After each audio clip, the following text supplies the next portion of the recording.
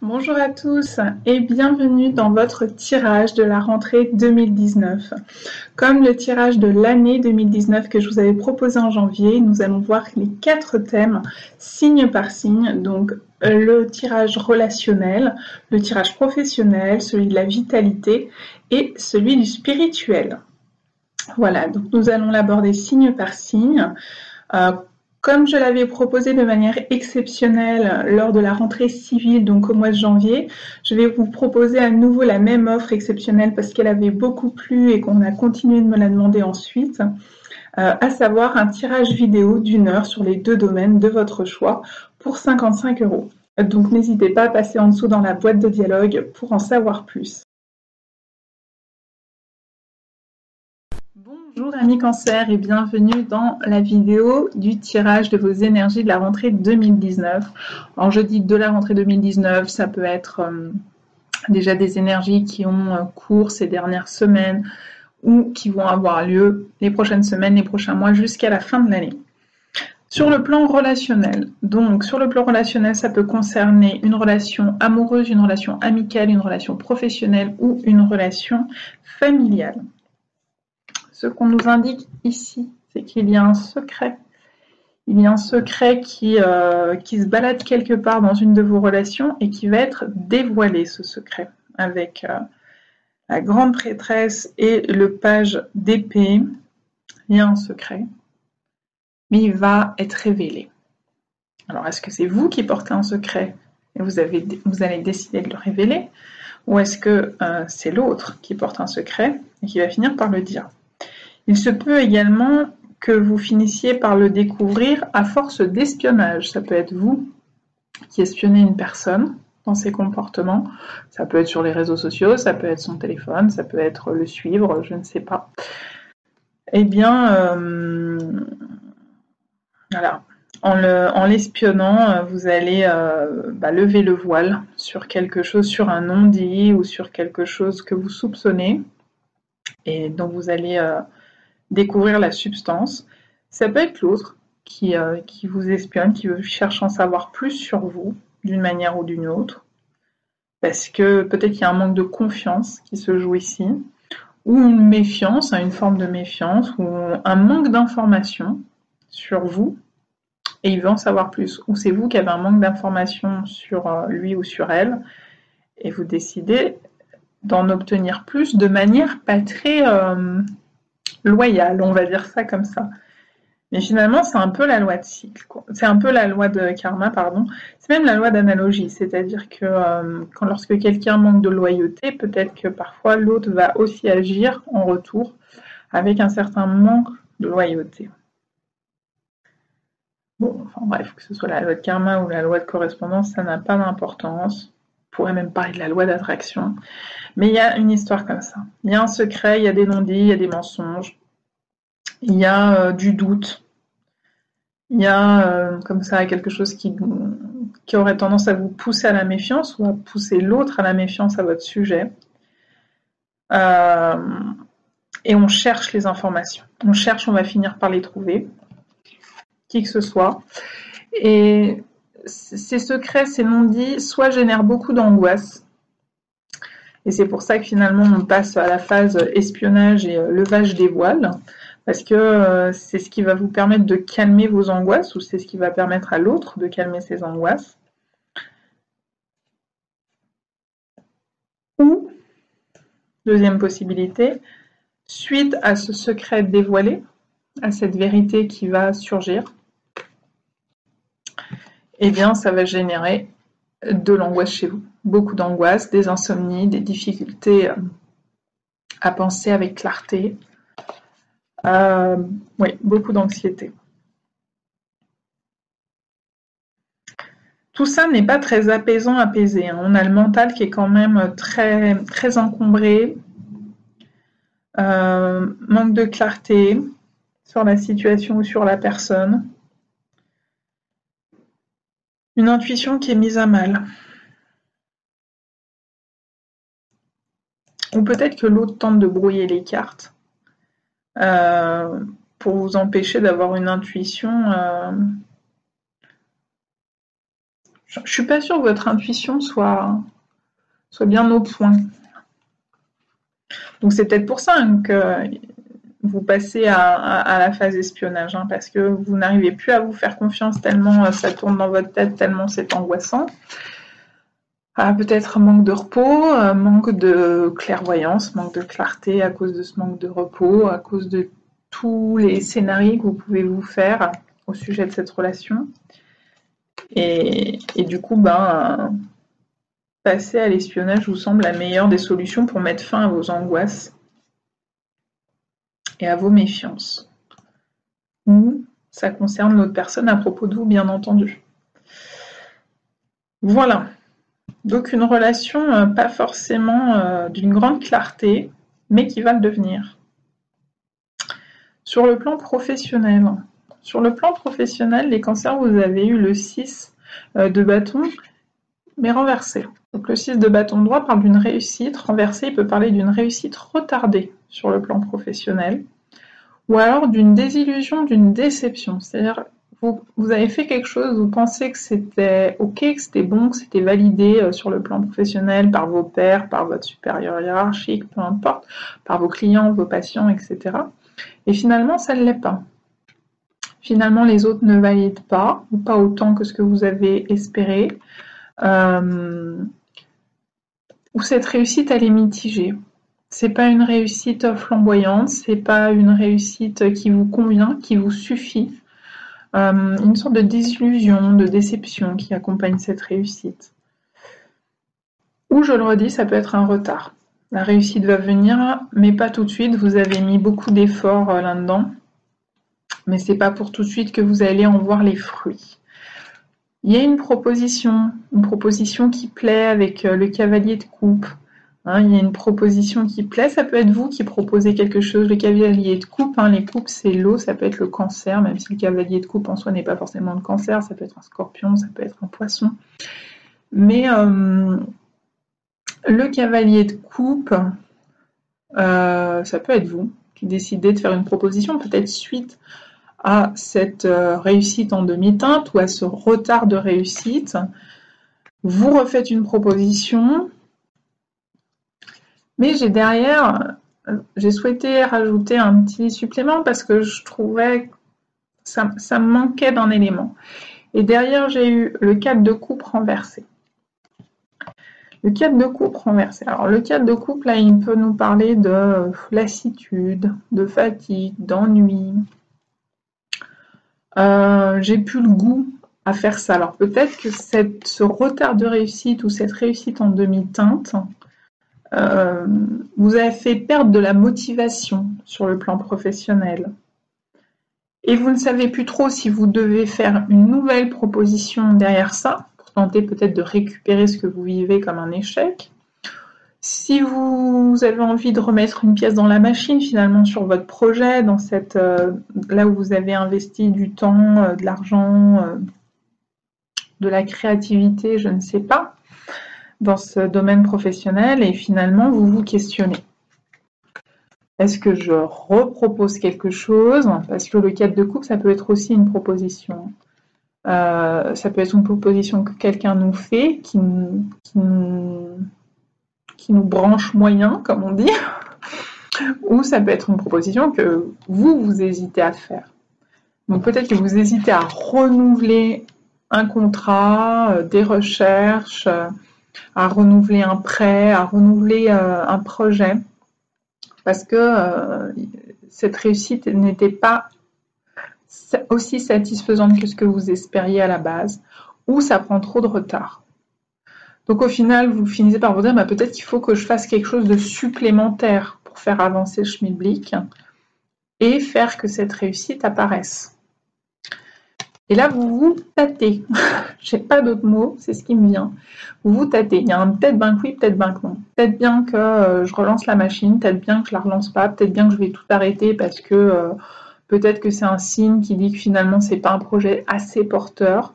Donc peut-être que c'est pas le moment de continuer, d'investir dans ce projet. Ou au contraire, c'est quand même pas non plus complètement raté, je parle quand même pas d'un échec, on est sur une réussite en demi-teinte, une réussite insatisfaisante à vos yeux, peut-être aux yeux de vos pairs ou de vos supérieurs, vos clients, vos patients, je ne sais pas. Et du coup, est-ce que si j'y remets du plaisir, du temps, de l'énergie, de l'investissement, plutôt de l'investissement personnel que de l'argent, hein, parce qu'on est sur des coupes, chevalier de coupe, 4 de coupe, donc c'est plus peut-être un projet qui vous tenait à cœur et qui n'a pas eu le succès que vous escomptiez. Il y a peut-être l'idée, parce que je suis en train d'y penser, dans le domaine spirituel, la carte des rêves est sortie. C'est peut-être un rêve que vous aviez, vous avez souhaité mettre en place, mettre en œuvre quelque chose dont vous rêviez depuis longtemps, et puis bof. Ça peut aussi vouloir dire ça, hein. Si je mets ces deux énergies ensemble, le résultat, il a été bof. Il n'a pas été à la hauteur de vos espérances. Il ne vous a pas enrichi, peut-être financièrement ou peut-être personnellement, émotionnellement, autant que vous espériez. Et du coup, c'est bof de le continuer, ou c'est bof de le reprendre, ou c'est bof de continuer de s'y investir. Vous hésitez. J'ai quand même l'idée de est-ce que j'arrête vraiment ou est-ce que je continue? Et d'après les énergies, je pense que vous allez continuer. Maintenant, je peux me tromper, mais je pense que vous allez continuer. Mais ça coule pas de source. Ça va vous demander du temps, de la réflexion. Peut-être même que vous allez y aller, continuer, mais à reculons, ou en étant plus prudent, ou en vous investissant moins, ou en rêvant moins, en donnant moins peut-être de vous-même, de votre personne, en vous disant après tout c'est qu'un métier, ou c'est qu'un projet, ou c'est que mon travail. Peut-être que vous n'avez pas senti que ce travail avait été reçu à la hauteur de ce que vous espériez, de ce que vous rêviez. Donc vous continuez, mais à pas de velours, peut-être. Voilà pour vous les cancers sur le plan professionnel. Sur le plan de la vitalité. Alors sur le plan de la vitalité, on a le cercueil, en général, qui fait très peur quand on commence à sortir le cercueil, parce que forcément il évoque la mort. Et puis le chemin qui évoque peut-être un changement de cap, peut-être une décision à prendre, peut-être un carrefour de vie. Alors il y a plusieurs choses qui me viennent à l'esprit, parce qu'on est quand même dans le domaine de la vitalité. Il se peut que vous avez été ou que vous allez être confronté à la mort. Donc ça peut être vous-même. Attention, pas de panique. Ce que j'essaye de dire, c'est que par exemple, vous avez pu avoir un accident pendant vos vacances, un accident d'activité, de randonnée, de jet ski, de je ne sais quoi, de baignade, enfin voilà. Un accident de voiture, tout simplement. Et du coup, ça vous a comme confronté à la mort, confronté à une forme de réalité qui fait qu'aujourd'hui vous vous questionnez sur est-ce que je garde le même cap ou est-ce que je change de cap? Parce que je voudrais pas passer à côté de ceci ou cela, et là j'ai failli passer à côté, et du coup est-ce que c'est vraiment la direction que je veux donner à ma vie? Ça peut être ça pour certains d'entre vous. Pour d'autres, ça peut être avoir été confronté de près ou de loin à la mort de quelqu'un, ou que vous allez y être confronté. Je le redis, les énergies, on ne les met pas dans des boîtes. C'est pas du 1er août au 31 août, du 1er septembre au 30 septembre, et ça s'arrête là. Non. Les énergies, vous voyez ça comme un nuage qui se déplace dans le ciel et qui change de forme au fil des décisions que l'on prend et des choix que l'on fait. D'accord? Donc, peut-être que c'est des énergies d'un passé récent, peut-être que c'est des énergies présentes, peut-être que c'est des énergies qui vont apparaître, et peut-être que ça va apparaître d'ici la fin de l'année et pas d'ici la fin du mois de septembre. D'accord? Donc ça peut être confronté à la mort d'un proche, ou plus indirectement, pas forcément un proche, mais quelqu'un qui est dans votre environnement lointain, pour qui vous n'avez pas spécialement d'affection, mais cette mort va vous faire réagir. Vous ne vous y attendrez peut-être pas, Mais voilà, ça va peut-être vous confronter à votre propre question, à vos propres questions sur votre propre mort, hein. Des fois, les personnes se disent: «Ah ben mince, cette personne avait le même âge que moi, on était encore jeunes, on avait encore la vie devant nous, on n'avait que tel âge, on avait plein de choses à faire, c'était une personne super, puis voilà, la vie l'a emporté.» Et puis du coup, il y a une sorte de projection qui se fait sur «Ah ben mince, et si c'était moi, ben mince, et si ça me rapprochait pas de ma mort à moi», enfin voilà. C'est pas forcément le décès d'une personne proche. Et du coup, c'est se confronter simplement au fait que, ben, on se rappelle que c'est une sorte de piqûre de rappel. Ah oui, la mort existe et elle peut débarquer à n'importe quel moment, en gros. Et ah ben oui, et du coup, est-ce que je suis sur la voie juste pour moi? Est-ce que j'ai fait ce qui me semblait important de faire, hein? On retombe dans l'idée des rêves. Est-ce que j'ai réalisé tous mes rêves? Est-ce que je m'en suis donné les moyens? Est-ce que je me suis dit, bah ça on verra plus tard, c'est un rêve super important pour moi, mais pas assez pour que je m'en occupe maintenant. Je continue d'alimenter ce rêve-là, mais je le mets pas, je le matérialise pas, je l'accomplis pas.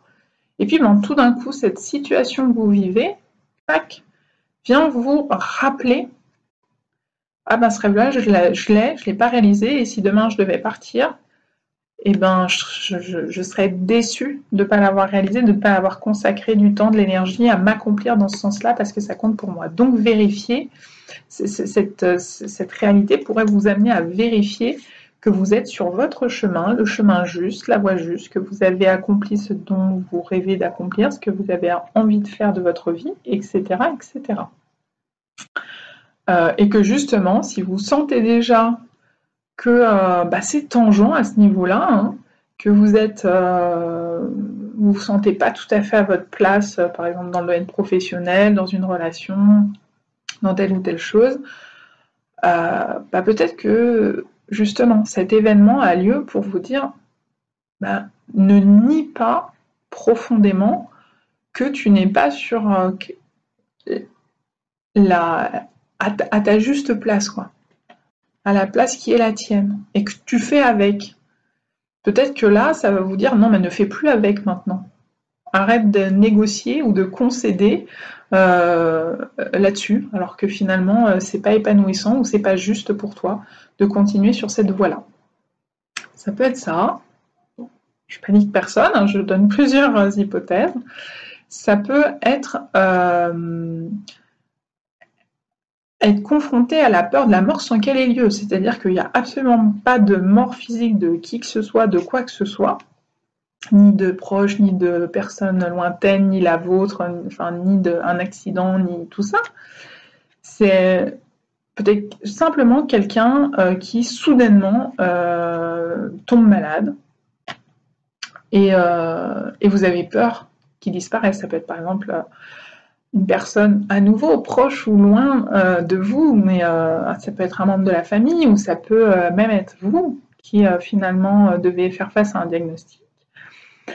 Et bah, on s'y attend pas, et finalement, bah, ça vient réveiller des peurs de la mort qui ne sont pas forcément réelles, quoi, qui vont pas forcément se manifester. Ça se trouve, l'être en question par rapport à ça ne va pas du tout mourir, du tout. C'est pas du tout ça le diagnostic qui a été transmis, ou le pronostic vital n'est absolument pas en danger, quoi. Mais on ne sait pas pourquoi ça vient réveiller cette blessure chez vous, qui à nouveau va vous inviter à faire un choix de vie, un choix de chemin. Ça peut être une mort purement symbolique, ça peut être la mort d'un fonctionnement, d'un schéma de fonctionnement. Par exemple, j'entretiens la peur de la mort, bah maintenant je vais arrêter de l'entretenir, puis je vais vivre, pour ce que moi j'ai envie de vivre, pour ce que j'aime, pour ce que je rêve. Et puis comme ça, ben, finalement, j'aurais moins peur de mourir, puisque j'aurais fait et accompli tout ce dont je rêve. Donc j'aurai moins de regrets, quelque part. Donc ça viendra moins frapper sur vos peurs si une mort se prépare. Je regarde la bougie, ça crépite dans tous les sens quand je suis en train de dire ça. Donc je pense pas que vous l'entendiez vous, mais voilà. Donc c'est peut-être ça. C'est une mort peut-être très symbolique d'un schéma de fonctionnement, d'une peur, d'une croyance, d'une blessure. Si vous mettez, si vous faites de l'introspection, si vous êtes sur un chemin de guérison, de prise de conscience, avec un thérapeute, sans thérapeute, peu importe, et qu'effectivement vous mettez au jour une blessure, et bien là c'est en train de dire, on arrive à pouvoir la libérer, cette blessure, ou cette peur. C'est la fin d'une peur, c'est la fin d'une croyance, c'est la fin d'un conditionnement. Et un nouveau chemin s'ouvre à vous derrière. Donc, vous avez bien fait votre job. Voilà ce que c'est en train de dire. Ça peut être une mort d'une relation, sans que la personne meure physiquement, mais par exemple, ce secret dévoilé, pour vous, va vous paraître à l'encontre de ce que vous pouvez accepter de cette relation ou de cette personne. Et du coup, on décide de mettre fin à cette relation, qu'elle soit amicale, professionnelle, personnelle, etc. Et du coup, vos chemins se séparent. Ça peut être la fin d'un projet professionnel, d'un projet de création, de créativité. La fin même d'un travail, d'un poste. Et puis vous décidez de bifurquer, de changer de chemin. Vous êtes employé, vous vous rendez compte que vous n'arrivez pas à réaliser vos rêves comme vous le voulez dans cette entreprise, dans cet emploi, dans cette institution, dans cette fonction qui est la vôtre. Et du coup, vous décidez de mettre fin à votre contrat, de partir sur de ce type d'emploi pour aller vers autre chose, dans une autre entreprise qui vous semble mieux vous convenir ou qui a plus de perspectives pour vous dans l'avenir, qui vous offrirait plus de possibilités, ou tout simplement de reprendre votre liberté et d'ouvrir votre propre entreprise, de créer votre entreprise, de devenir auto-entrepreneur par exemple, et donc vous changez de voie professionnelle. Ça peut être aussi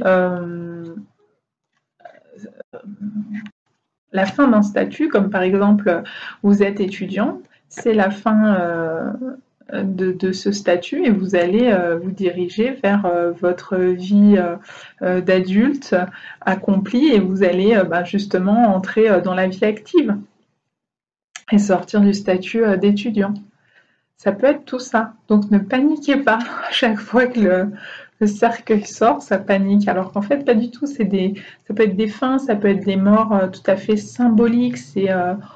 On change de voie, on change de façon de voir les choses, on met fin à une souffrance, à une blessure, à une relation, à une situation, parfois qui ne convient plus. On reprend un nouveau chemin qui va être tout à fait bénéfique pour nous. C'est comme apprendre à se rediriger vers quelque chose de plus juste.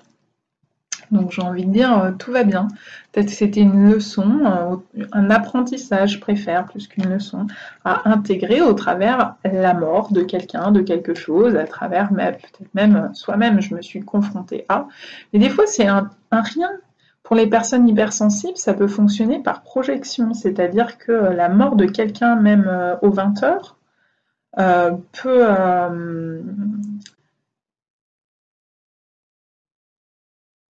comment vous dire, peut vous bouleverser. Pour les personnes hypersensibles, ça fonctionne beaucoup par projection parce qu'elles se mettent à la place de la personne et elles ressentent tout ce que la personne a pu ressentir. Et parfois dans des morts tragiques ou des disparitions ou que sais-je encore, et bien du coup, ça vient quand même taper personnellement, alors qu'on ne connaît pas du tout la personne et que c'est qu'au travers des informations qu'on sait quelque chose. Mais le fait d'être capable de se mettre à la place d'eux et de se dire si moi je devais vivre ça, etc., voilà, peut-être ça fait réaliser des choses, des prises de conscience se produisent, des révélations se produisent, et du coup, on va prendre un autre chemin. On va se questionner sur le chemin sur lequel on se trouve. Et c'est un peu ce que raconte votre tirage spirituel, parce qu'ici, vous l'avez bien compris depuis le temps que je vous la montre, c'est le 6 de coupe qui est le rêve. Alors, le 6 de coupe, ça peut être la nostalgie, ça peut être la nostalgie de nos rêves d'enfants, ça peut être aussi, là vous le voyez, c'est un peu la vision enfantine, au sens de la vision qu'on avait quand on était enfant, de l'amour, le prince charmant, la princesse.